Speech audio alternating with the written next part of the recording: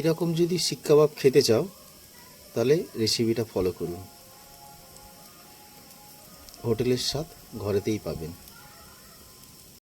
মাংসটা ভালো করে ধুয়ে নেওয়ার পর আদা রসুন 1 চামচ আদা রসুন দিলাম,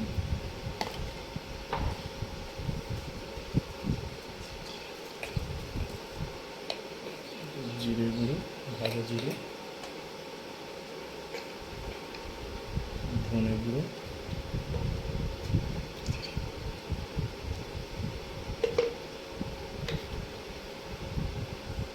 হলুদ,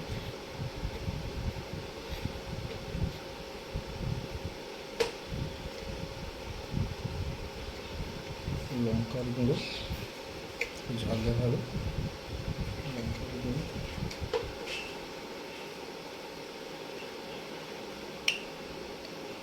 গরম মশলা,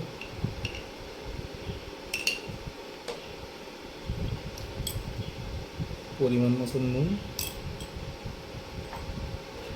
আর লেবুর রস, এটা দিয়ে ভালো করে ম্যারিনেট করে রাখবো। ম্যারিনেট করে মিনিমাম 1-1.5 ঘন্টা ফ্রিজে রেখে দেবো। তাহলে কী হবে, মাংসের ভিতরে স্বাদটা যাবে। এই ম্যারিনেট করা হয়ে গেলে ফ্রিজ থেকে বার করা হয়েছে, ঠিক এরকম লাগছে দেখতে। এবার আমরা শিকে গাঁথবো।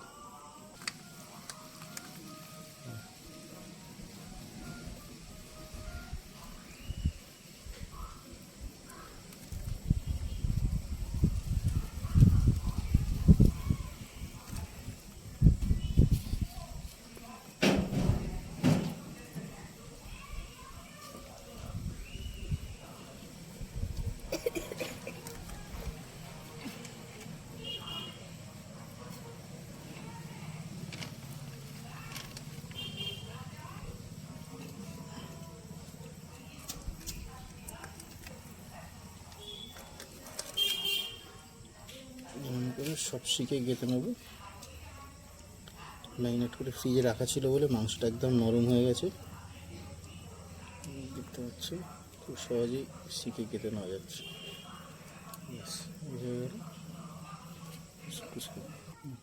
এরকম করে একটা একটা করে সব কটা করে নিতে হবে। হয়ে গেছে, সব কটা শিক দেওয়া হয়ে গেছে আমাদের আজ রেডি। এক এক করে আমরা আঁচে দেবো।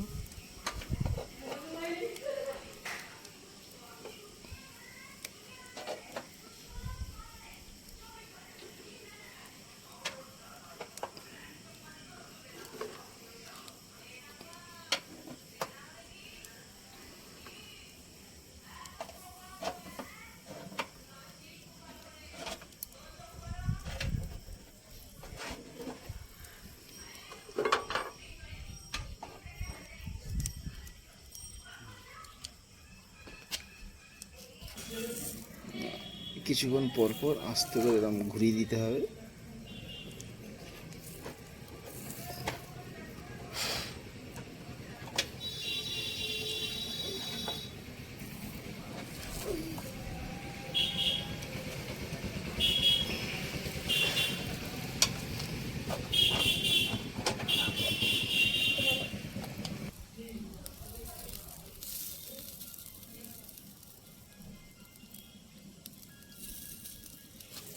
দেখো কালারটা কেমন এসছে। এবার আমরা আস্তে আস্তে বাটারটা এই পাশে লাগাতে থাকবো, আস্তে আস্তে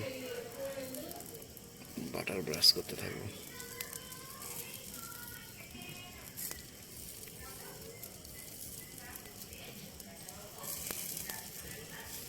একদিকে উল্টাবো আর আস্তে আস্তে বাটারটা দিতে থাকবো। দারুণ কালার এসছে, কালারটা দেখো। আর এদিকে অ্যাডাম বাটার লাগাচ্ছে শিখতে হবে।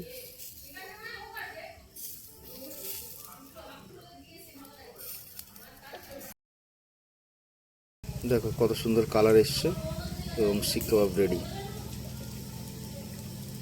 এবার শিক থেকে মাংসগুলোকে ছাড়িয়ে বলে রাখা হলো।